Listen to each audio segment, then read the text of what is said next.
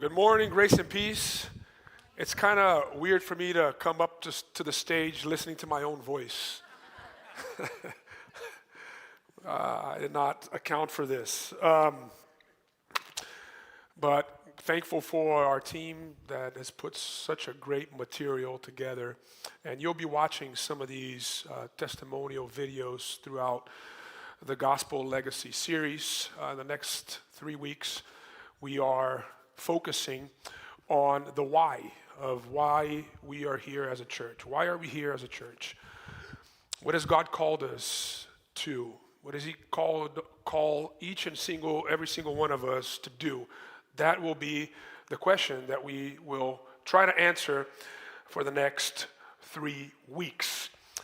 And the obvious answer is that the reason why we are here is because we are building something together.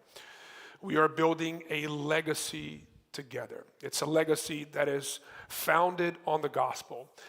This is not an idea that I had or the pastors have had. This is not an idea that has come out of our elders and our leaders. But this is Jesus' idea. Jesus, when He ascended into heaven, He told His disciples that they were to do one thing, and that was to proclaim the gospel to every creature, and that they would baptize them in the name of the Father, the Son, and the Holy Spirit. And the disciples, as they went on with their ministry, post the ascension of Jesus, as you read in the book of Acts of the Apostles, that's exactly what you see. Going from city to city, going from town to town in the Greco-Roman world, and leaving a gospel legacy. This is Jesus' idea. And therefore, the passage that we are going to read from today that will guide us into this principle and this mission that has been given to us is part of a letter that Paul wrote to a group of Christians living in Rome at the time, the largest city of their days. Paul writes to them these words, and I want to share them with you, and I want to meditate on these words with you. So we're going to go to Romans chapter 1, and we're going to read verses 8 through 17. This is what Paul says.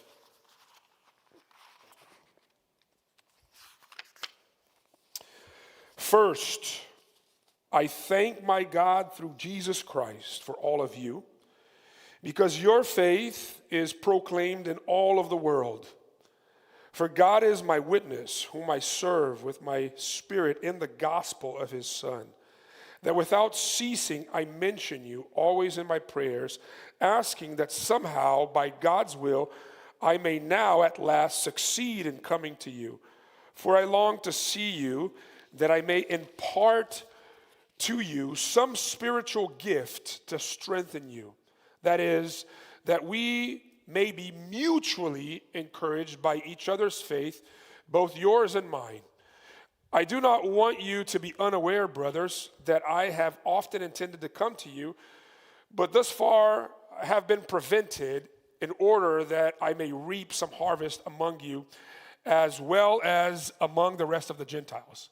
I am under obligation both to Greeks and to barbarians, both to the wise and to the foolish. So I am eager to preach the gospel to you also who are in Rome. For I am not ashamed of the gospel, for it is the power of God for salvation to everyone who believes, to the Jew first and also to the Greek. For in the righteousness of God is revealed from faith to faith, as it is written, the righteous shall live by faith. This is the word of the Lord. What is this legacy? It's a legacy that is about the gospel. So we're going to talk about that first. This legacy is founded in the gospel. It's about the gospel. Then I want us to ask a second question. Why should it be about the gospel? If it's about the gospel, why should it be about the gospel? And then lastly, how can you partake in building this legacy together with us? First, it's about the gospel. You may be asking the question, what do you mean by gospel. Obviously, as you were reading the text with me, this word appears at least 3 times in these verses that we read. It's all over the letter to the Romans. It's all over to the letter to the Galatians and Paul's writings. But what does the gospel mean? The gospel, in its roots, it means good news. The word in the Greek, which is the original language of this letter, is the word evangelion. Eu means good, and angelos means herald. Some of you have heard the word angels thrown around. What are angels? Angels are angelos, are messengers. They are heralds. So evangelion is the good news. The gospel is good news. It's not good advice, it's good news. And this term was used around in that culture, in those days, to describe a life-altering event that has happened, has taken place. You may not have partaken in it. You may not have participated and contribute to that which has happened and taken place. But because it has happened, because it has taken place, your life is now forever altered. So oftentimes it would be used when your king would go out and fight your enemy that was on their way to destroy you. In the middle of their trajectory, your king would meet the enemy's armies with his armies, and he would destroy the enemy. And a herald, an angelos, would be sent back to your hometown, and he would read from the public square, Evangelion of our king. You have nothing to worry about. You didn't fight the war. You were not there with him fighting the enemy, but he has won the war, and you're now safe. Something in history has happened and taken place, and as a result, you have benefited from it. Your life has been impacted by it. Let's continue in that type of metaphor, because in our lifetime, there have been evangelions preached to us that have forever changed our lives. In my lifetime, the 3 most important ones were, number 1, you no longer have to write physical letters. Some of you know that Beth and I dated long distance, and we wrote letters to each other, and it would take 7 days for us to receive these letters, and by the time we read the letters, it was 7 days old in terms of news and information. And I remember the day when someone told me in the early 90s, good news, you don't have to do that anymore. There's this thing called emails. It's instant. They get the news right away. The second one was, because I hate going to the grocery store and to shop, there's Amazon. Good news, you no longer have to leave your house to get exactly what you want. And it comes within 24 hours. It's good news. Our lives have been changed by these good news. And then the latest and the last one was good news. You don't have to spend 10 or 15 hours writing a sermon. There's ChatGPT. Now let me comfort you. I have resisted ChatGPT. And every sermon that I've preached to this day, including this one, has been bathed in prayer. And I've spent many hours pondering and reflecting upon the tenets of the Christian faith out of the passages that I am working out of. So to this day, they're all been legit, but I don't know about the future. Just leaving the word out there. Good news, evangelion, that's what it is. And the reason why we are not interested in building a Crossbridge legacy, but leaving a gospel legacy, is because we know that everything in life is transient. As a matter of fact, we live in a city that's extremely transient. A week does not go by in my life that I don't say hello to someone new and goodbye to someone that I have invested in. And if you've lived in Miami for any number of years, you know that this is true. But it's a picture of how life works. We are here today. We're not here tomorrow. This church may be here today, but who knows in 100 years from now whether it will be around or not. It's always a sober reminder when I read, for instance, the book of Revelations. In the first few chapters, there are words from Jesus addressed to local churches in local cities. And those churches are no longer there. But it doesn't matter, because even though those physical churches are no longer there, the legacy of the gospel was left by those churches in those regions, and it was passed down from followers of Jesus to followers of Jesus, and it has arrived here today. You are here.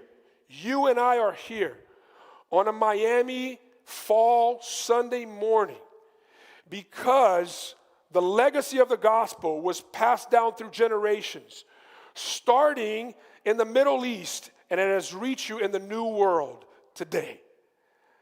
Because people were faithful to this legacy. And we continue in those steps as a church, faithful to the gospel. We know that everything in life is transient, but the gospel is permanent.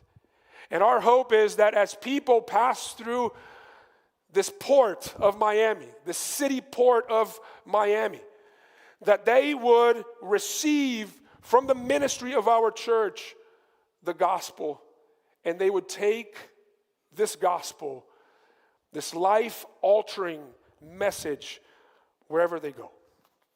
And one of the great joys to me is to hear back from people that have come to Miami, have spent a few years here at Crossbridge, a decade, or 2 years, or 5 years, and will say to others and to us to this day, I'm grateful to God that while I was there, I received a gospel legacy that has completely changed my life.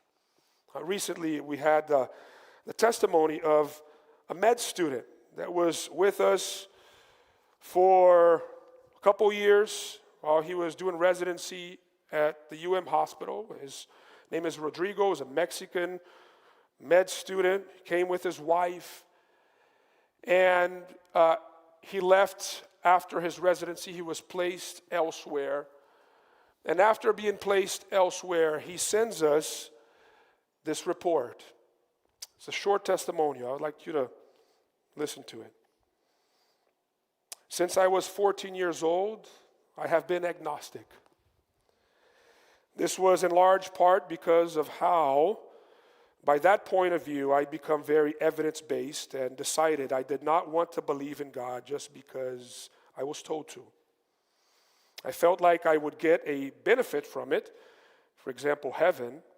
Felt it was easier than not believing in a God, or felt like I just needed someone to get me through hard situations. Instead, I wanted to feel that my faith was based on reasoning, that I was justified. Like many others, I'd also become disillusioned in the church and how some of its followers represented it. After my wife, Danny, came to faith in Jesus, I started going to Crossbridge with her to be supportive, but slowly started to enjoy it myself. Through time, I felt like we were part of a community that was focused on the teachings of Jesus, how to bring them into the world, and most importantly, on his message of love without judgment. It was comforting being in a community that did not condemn doubt and actually encouraged asking questions. It truly felt that I could belong. While this did not convince me to believe, it was what opened my mind to faith again. My doubts about believing again began, ironically, while reading a book on philosophy that covered parts of Hume's dialogues concerning natural religion. I agreed with most of the arguments he made against classic Christianity, but this led me to look for counter-arguments due to curiosity. I ended up reading about other stronger arguments in favor and did scholarly research into the historicity of Jesus outside the Bible. A few months passed, and I slowly noticed how when I had my eyes open to him, I was seeing him left and right. This led me to read C.S. Lewis, wrestle through questions, meeting up with my campus pastor for coffee, reading books he recommended, and praying. I may not have everything figured out yet, but I am now committed to knowing and to following Jesus. This story is one of many stories that we've heard here in the life of Crossbridge. We believe that while life is transient, the gospel is permanent. As a matter of fact, Jesus said this in the Gospel of Matthew. He said, "Heaven and earth will pass, but my words will always remain." And so we will, as a church, remain committed to the gospel, because we believe that the gospel is not just the first steps into the Christian life, it's the whole staircase. And you don't start in the gospel and move to other things, but you remain in the gospel. You never deviate from the central message of the gospel. And so if you've come to Crossbridge, whether you've come for 15 years like some people in the video, or you've come for a year, or you've come for a month, every Sunday our guitar has only one string, and that is the gospel. That's all you will hear, because that's all you will need. We are committed to the gospel. And in the next 15 years, what is our commitment? Our commitment is to the same gospel. What has brought us here will take us into the future. We are committed to that. Now, obviously, the question that follows is, why should our sole commitment be to the gospel? Should our commitment not be to morality or other things? It has to flow from the gospel. Any morality that does not flow from the gospel is an addition to the gospel. We start and we continue and stay with the gospel, and the Spirit of God works and brings change in our lives that allows us to become better neighbors, better co-workers, better citizens, better parents, better children, better friends. But our mission is the gospel. The gospel does not exist for the church exists for the gospel. Why does Crossbridge exist? And that is in our first core value. We are a cross-focused church. We exist for the sake of the gospel. So we are recommitting, like we do each year, to this mission. But why? Why should it be the gospel? Well, Paul is very clear here in three ways. First, because the gospel has power. The gospel is power. In verse 16, what does he say in verse 16? "For I am not ashamed of the gospel, for it is the power of God for salvation to everyone who believes." This word that's translated in English here in this text as power, in the Greek is the word, you'll find the word dynamos, where we get the word dynamite from. Okay? So what is the gospel? The gospel is dynamite. The gospel is dynamite from God. The gospel is the power of God. Now let's take this image a little further to try to extract why this is a crucial thing and why it ought to be central to the life of our church and our own lives.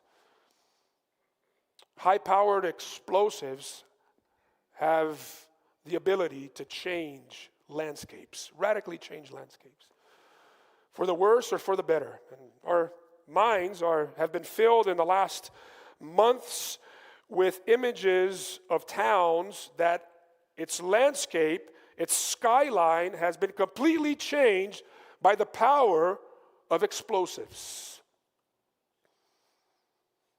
But when used positively, it creates roads, builds tunnels. You're able to clear ground so that in that place you can build buildings that will help to bring flourishment to the community around it. When I moved to Miami a little over 15 years ago, Beth can attest to this. I noticed obviously two things, which to me was sort of ironic because I've noticed the vibrancy of the city. This is a city filled with light. There's a lot of sunlight. This is a city filled with color. It's in the cars. It's in the buildings. It's in what people dress or don't dress. This is a city that on the surface is bright and filled with colors. But when I came here, I also sensed what was underneath the surface. I sensed the darkness. I remember we used to live in this building, and we had a terrace where we could overlook the city. And every time that I would sit there, I would sense a darkness enveloping me. And I think that over the years, I, as a frog in a kettle, have probably lost a little bit of that sensitivity. But there are moments that God brings back to my memory, and He reminds me of how dark is the place that we live in. No wonder this is one of the most unchurched cities in the country. No wonder people here don't care about others. It's the city that scores the lowest in volunteerism in the nation. No wonder there is a strong culture of image and materialism. This is a city that is dark.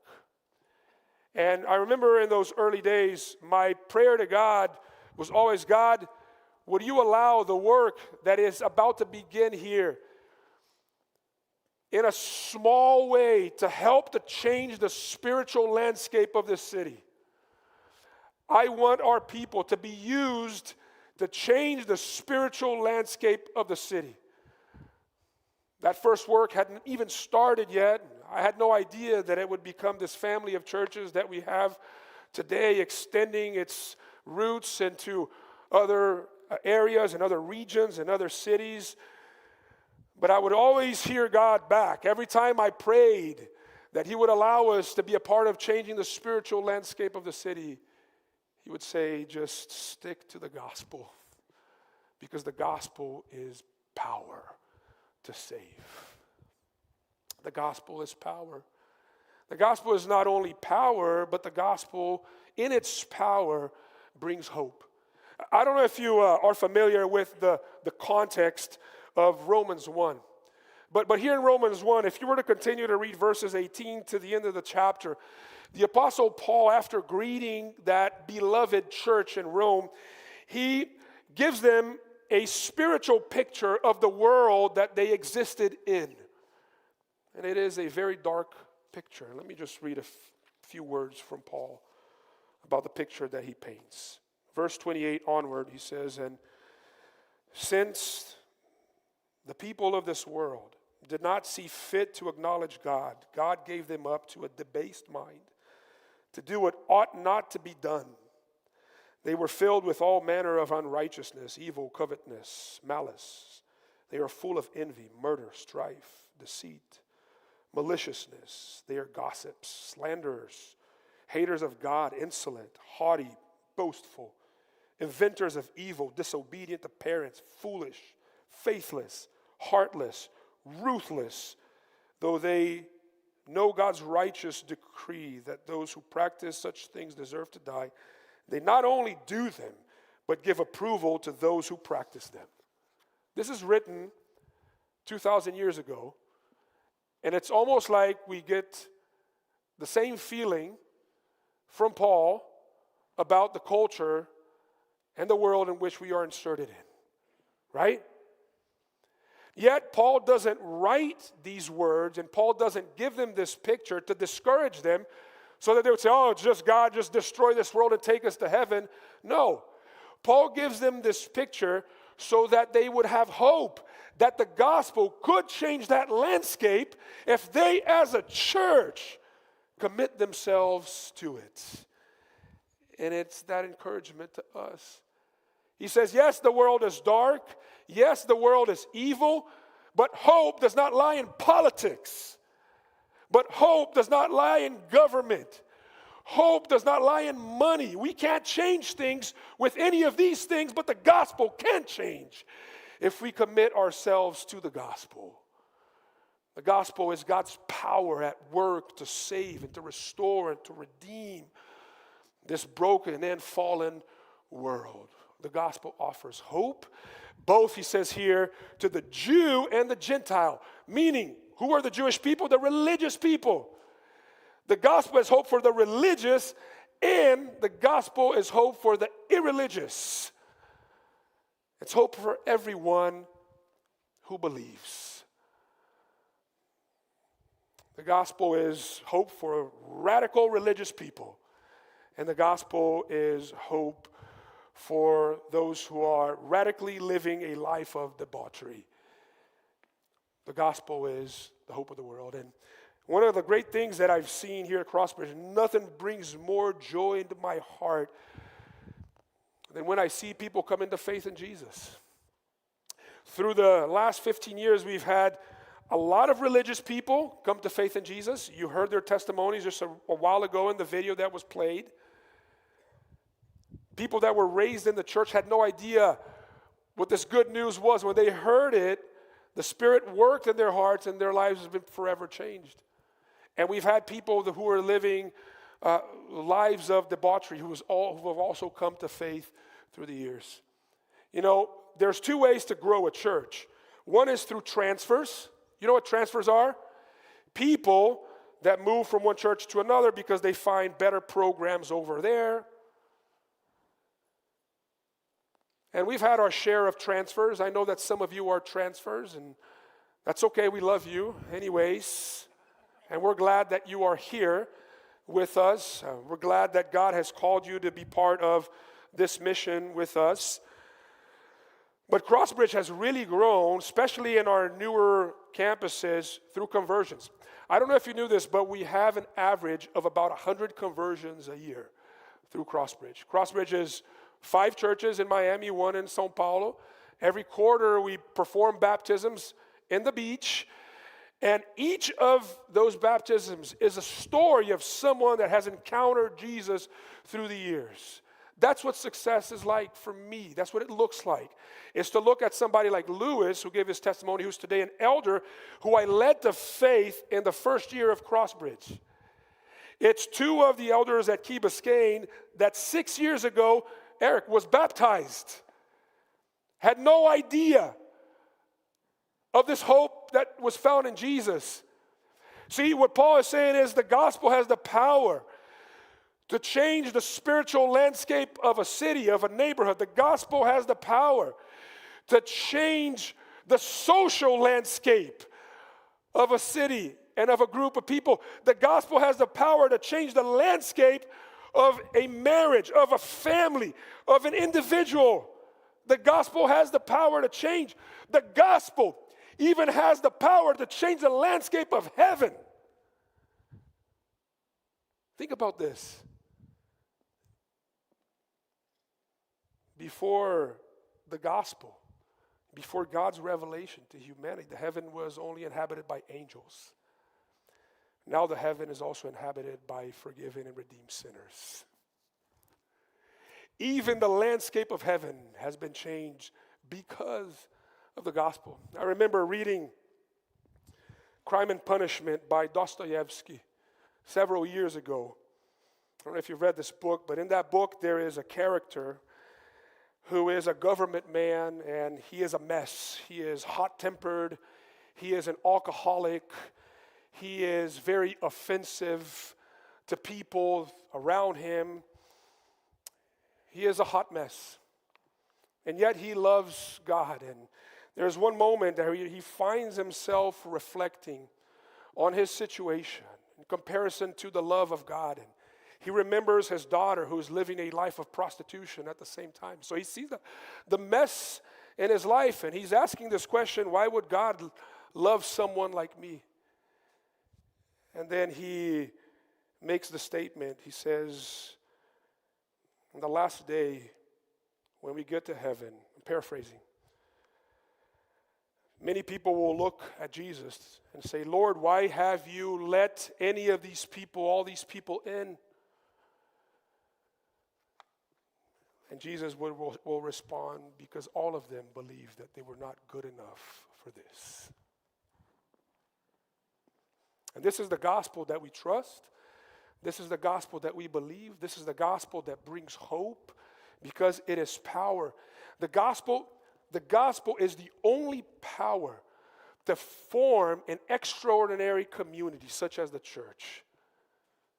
You know, one of the amazing things about Crossbridge, and I on Sundays I travel from campus to campus preaching, and like almost every Sunday, in the hallways, in the rooms, before the services, after the services, meeting with leaders, I hear Spanish, Mandarin, Portuguese, some Korean on this campus, and even some English.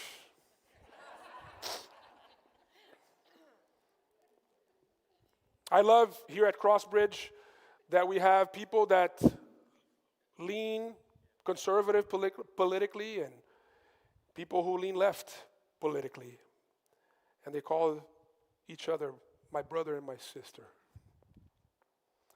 I love that millionaires and CEOs get to sit next to people who are living off of welfare. And when we take all of our campuses and put everything together into one family, the diversity is astounding. And I love this. And it's only the gospel that has the power to form a community like that. You wouldn't want a homogeneous community as a church. If you go to a church in a diverse city and it's homogeneous in every single way, the gospel is not working its power there. Only the gospel. And that was one of the most radical things in the world back in those days, to the very people that Paul was writing to here in Rome, because you had these races back in those days that were at each other's throat and dehumanized one another out in the world. But in the church, they loved one another as family. And this is what we have, and this is what we will fight for. And that's why the gospel offers hope. And that's why we commit ourselves to the gospel. Now, lastly, how can you partake in leaving this legacy behind? Number one, it's very clear in the text, you must believe the gospel. You cannot give that which you do not have. In fact, during these sermons, we're going to be calling you to action, and we expect no response. I expect no response from those who have never experienced the gospel changing the landscape of their life.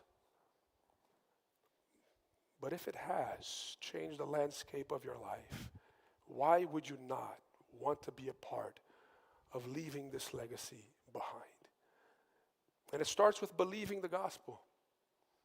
So how do you believe the gospel? What does it mean to believe the gospel? Well, the answer is in the last verse that we read, verse 17. The Apostle Paul writes, for in it what? The gospel. In it, for in the gospel, the righteousness of God is revealed from faith to faith, as it is written, the righteous shall live by faith. What is the Apostle Paul trying to teach us is that belief in the gospel. See, verse 16, which is the previous verse, is the gospel is the power of God for salvation to anyone who believes. And verse 17 is the breakdown of what it means to believe the gospel. Okay? It's the breakdown of what it means to believe. He says what it means to believe is to accept a righteousness that is not achieved. In other words, you exchange a righteousness that is achieved for a righteousness that is received. What is righteousness, Pastor? Righteousness means good standing. All of us have a need to be loved and to be accepted. And we're all building a good standing amongst the communities of people that we are part of so that they could applaud us, so that they could accept us, so that they could love us. Everyone here in this room has embarked in a self-righteousness enterprise. We're all doing that. Some of you are doing that through work because professional achievement will result in the applause of your coworkers or the people in your industry, and that make you feel loved and accepted. Some of you are doing this through image, by looking really, really good. Some of you are doing this through morality, by doing all the right things and being well-behaved Christians. But these are all self-righteous enterprises. Believing the gospel means understanding that all of the righteousness that we can engage in this life, any enterprise of building our own righteousness, one day will blow away. You know, money one day will blow away. Some of you have been through that. Economic crises are good for that. Friends will leave you. Image. You cannot inject enough Botox in your face to revert the effects of the fall. You just can't. Hello, Miami. You can't do that. One day you will not look as good. One day you will not look as reputable. One day you will not look as wealthy. These things are subject to change. Like I said, everything in life is transient. And when you realize that, see, the Apostle Paul tried to do that through morality, by being a good Jew, by persecuting the Christian threat into his community. He did that way. And it's not until you realize that these things are blowing away, that they will not withstand the strong storms of life, but only a righteousness that is received will do that. You have not come to faith. That's what it means to believe the gospel. And it's possible that there are people in our churches that are members but have never experienced this exchange of righteousness from one that is achieved to another one that is received. And so you must experience it. I experienced one day. Martin Luther, the father of Protestantism, experienced one day when he was already a pastor. 2 years after he promoted the Reformation. I don't know if you knew this. Here's his testimony. He said this: I labored diligently. In this passage, he was already teaching Romans to students wanting to be pastors. I labored diligently and anxiously as to how to understand Paul's words in Romans 1:17, where he says, the righteousness of God is revealed in the gospel. I saw the difference. That law is one thing and the gospel another. I broke through. That's not just a Pentecostal language, okay? It's Reformed too. I broke through, and as I had formerly hated the expression, the righteousness of God, I now begin to regard it as my dearest and most comforting word, so that this expression of Paul's became to me, in very truth, a gate to paradise. I was already a pastor for 4 years when I truly understood the gospel, when the penny dropped. And that's how you experience the gospel, is you give up the efforts of trying to achieve a righteousness and instead receive a righteousness. And when you do, that will change your life. How so? Number one, you will desire to see other people experience the same gospel. That's what the first few verses are all about. And it gives us practical steps of how to do that, of what we should see in our lives as a result of believing this gospel. Paul says in verse 9, for God is my witness, whom I serve with my spirit in the gospel of his Son, that without ceasing I mention you always in my prayers. One of the ways that God works is through prayer. Will you commit to praying with us that others will also experience the life-altering message of the gospel in their lives? Will you pray? Do you want to see others experience the power of the gospel? Do you do it? Want to see that? Will you commit to praying? It's about that. Pray with us that God would continue to work through the people of Crossbridge and that more will come to faith in Jesus through the ministry of this church, that we will not deviate from the central message of the gospel. Pray. We need you to hold us in prayer, that we would stay grounded in the gospel and that people will experience the gospel. Prayer is a natural consequence of those who really desire to see the gospel at work, but so is generosity. Verse 10, the Apostle Paul continues and he says, always in my prayer I am asking that somehow, by God's will, I may now at last succeed in coming to you, for I long to see you, that I may impart to you some spiritual gift to strengthen you. What is Paul saying? I want you to continue to pray so that I would come to you, so that I can give you a gift that will benefit you and that will allow you to grow in the gospel. See, it's not enough just to pray. We have to stand in the gap and posture ourselves as God's instrument so that people will hear the gospel. That's what Romans 10 is about. Here at Crossbridge, each year we pass out these gospel legacy cards. And if you come in today, you've received one, and if not, there's one in the back. Do not leave without taking one of these.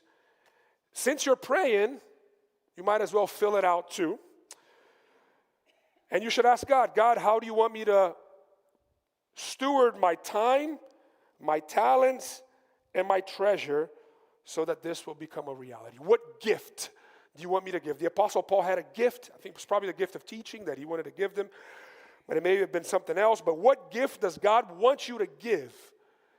Not in just one area, in all areas. How much he wants you to give in terms of time, talent, and treasure. Because after all, someone that understands the gospel not only prays, not only is generous towards that end, but they see it as a partnership. Look at what he says in verse 12. He says, that is, that we may be, so I wanted to give this gift to you so that we may be mutually encouraged. I underline that, mutually encouraged by each other's faith.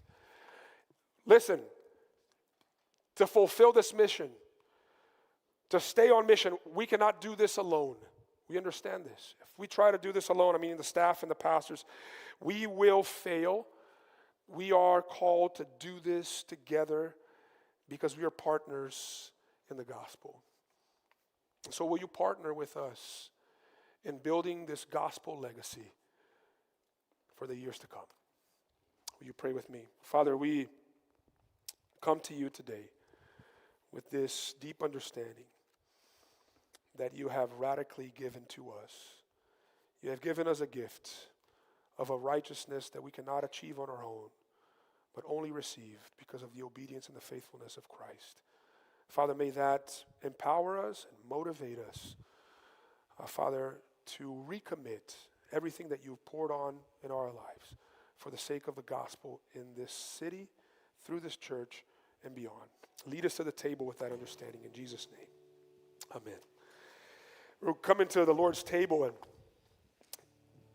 this is how Jesus reminds us of his generosity towards us, of his intent to come to us, taking on flesh upon himself, giving all of himself to us, and then sharing the partnership. He's sharing his inheritance with us.